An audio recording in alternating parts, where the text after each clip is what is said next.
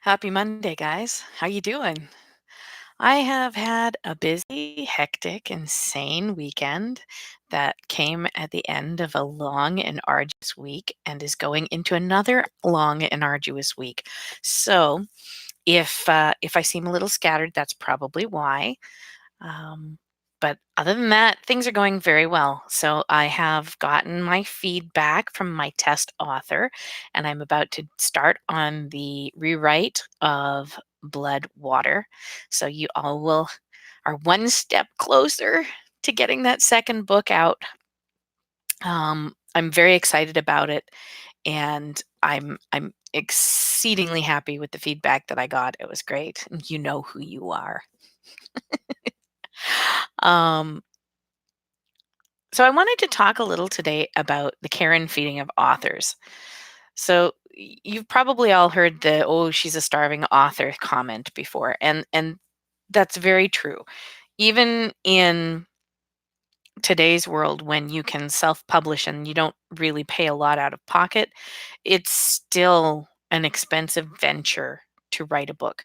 The number of hours it takes to sit down and write a full-length fictional novel is let's see, 2 times 30, so, that would be about 60 hours minimum, and that's just the writing.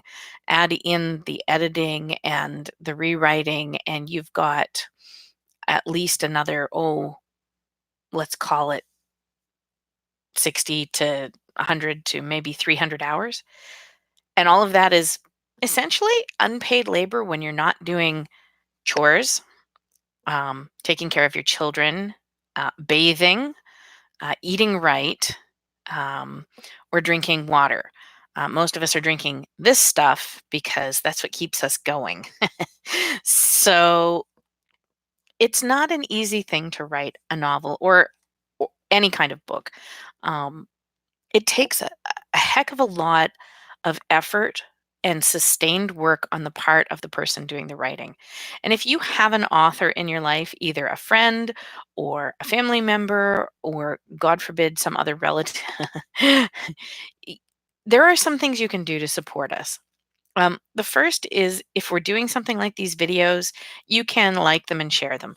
That's a huge thing. It might not seem like a lot, but popping out there on your feed and going, "Ooh, hey, my friend Allie did this cool video on authors. You should watch it." Stuff like that gets the word out about our books and about the work that we're doing, and it helps. Every little bit helps. Buying us coffee helps. And in fact, there's a place online called Coffee where you can buy a virtual coffee for the author or artist of your choice.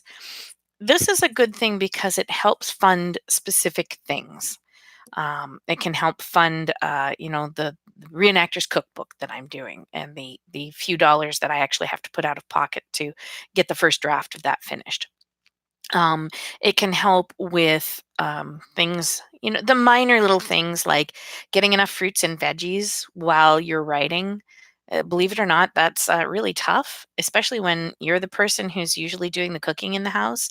It's like during NaNoWriMo in November, um, basically we eat prepackaged food, and it's the only time of year that I do this.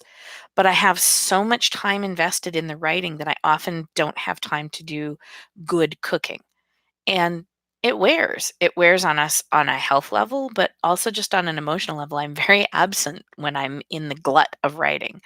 Um, if you can help out your author by dropping off a meal, taking them out for a meal, making sure they hydrate, which is sounds really crazy. During the summer, I'm at Ren fairs and SCA events, and everybody's always going by, "Ooh, hail, hydrate!"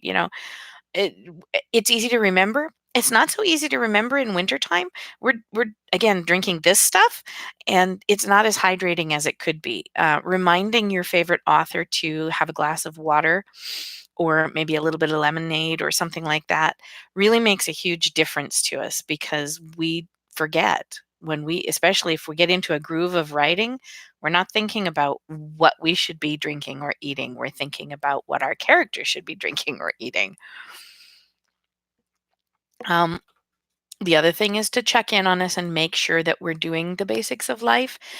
It's not such a big deal in my own situation because I have family, and if I start to stink because I haven't bathed in a few days, believe me, they will take me and shove me in the shower and scrub me against my will if necessary. But some authors live on their own. Um, Check on them, please. Make sure that they get bathed. Make sure that they eat food that's like real food, not packaged food. Um, and make sure they get out of the house and go for a walk once in a while. Um, when we are in our writing groove, it sometimes seems to us that it is a waste of time or a lesser use of time to go out and exercise because we could be writing, and that's more important. It's not, but that's how the writer brain works. And I'm assuming that this is true of other types of artists as well, because I have seen painters doing the same thing. Um, Another thing you can do is buy your favorite author's book. And sort of as a corollary to that, go on Amazon and review the book.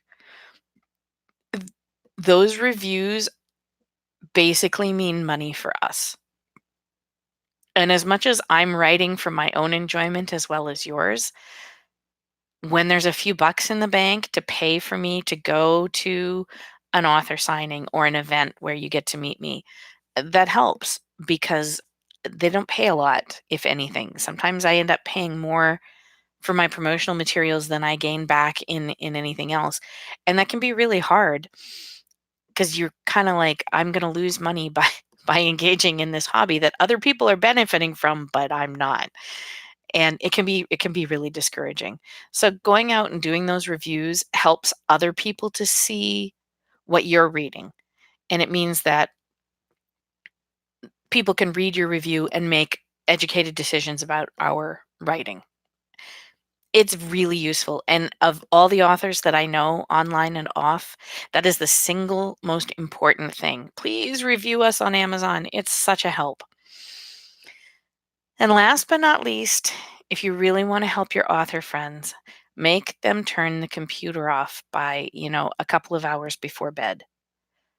Off. Like hitting the little button and making the lights go off. That's really scary for us because in the back of our mind, our work will disappear. And we know it's not true. The rational brain tells us that is not true. And the hind brain is going, don't do it, don't do it. You're going to lose everything. We need help to walk away from the writing sometimes. There are times when it's easy, like when I want to tell Alex she's full of shit and I'm just done with her and I don't care what she wants to do. I'm the author, damn it, and you're going to do what I tell you to do. I need to be able to walk away. And I'm lucky enough to have kids and family who are willing to stand here and go, you have to turn off the computer now. We're just going to take it away. Let's go watch a TV show or let's play bridge and, a card game or whatever. Let's go and cuddle someplace where it's quiet and there are no electronics. Those times are really important too. Not to exclusion of the computer because, again, this is how we make our money, but helping us to come to terms with the fact that it's the end of the day. And in order to make our brains shut down in time to get decent sleep, which will allow us to go on and write the following day, we really need you to hold our hands and tell us how much you love us and take us away from the computer a couple of hours before bed. So if your bedtime is 11 o'clock, at 9 o'clock, friends and family, please intervene. Go through, lure your favorite author away with offers of tea or cuddles, and blankets is good. Blanket forts work. I gotta say, blanket forts will go a long way for the author who's frustrated. Um, Back rubs, hot bath, all of these things are excellent lures to get us to close up the computer and walk away from a bit. And doing that will help us in the long run because when we're able to do that shutdown so that when it is sleep time, our brains are actually sleeping and not still writing, um, we end up with better plot lines. We end up with better stories, and you, the readers, get to enjoy the outcome of that. Because when we're stressed and overtired and frustrated and short on sleep, our characters suffer, our plot lines suffer, and usually our families suffer. So, um, any help you can offer is really good. I feel like a Time Life commercial right now. I'm sorry, but it is really true. Um, all of these things are really important to us. And we need you, the people who love us, to help us get through. And especially for those of us who do NaNoWriMo, the month of November is very high pressure. Unlike the rest of the year when some of us kind of are a little more lackadaisical about our writing, um, November tends to be a heavy push. And so we're up every morning and we're writing and writing and writing and writing. And if we get behind, you're supposed to write about 2,000 words a day and say, I have a bad day and I only write 1,100 words. The next day, I'm standing there staring at my screen going, I got to chunk out like 2,500 words today. I don't have a choice. I got to do this. I got to do this. It builds up a lot of pressure. And of course, November is such a wonderful time because we've got Thanksgiving and we've got family are coming and staying. And so there's all this stuff going on that theoretically normal in a normal household would drag us away from our computers, and here we are telling people, I know I was supposed to have the turkey finished by 1 o'clock, but y'all were having dinner for turkey. You go get McDonald's for lunch because I got to write right now. This is the reality for those of us who are authors. um, and it can be really overwhelming, and you can tell when our hair starts to stand on end, when we get that wild-eyed look in our eyes, and when we're on our 4th cup of coffee or more, when we're making the 3rd pot, intervention may be necessary.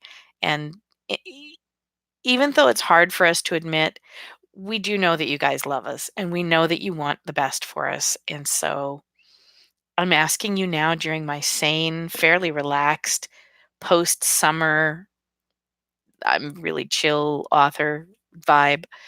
When November comes around, please help. Please intervene. Please save me from myself. Make sure I get enough sleep, enough water, enough to eat, and that I bathe a minimum of every other day. I will really appreciate it. And I know that the author in your life will really appreciate it too. So I wish you a happy Monday. Go out, write. If you have other tips on how to help the authors in your life, can you leave them in the comments below? And remember, the little tiny weeny weeny subscribe button is right about there. Bye, guys. I love you. I'll see you next week.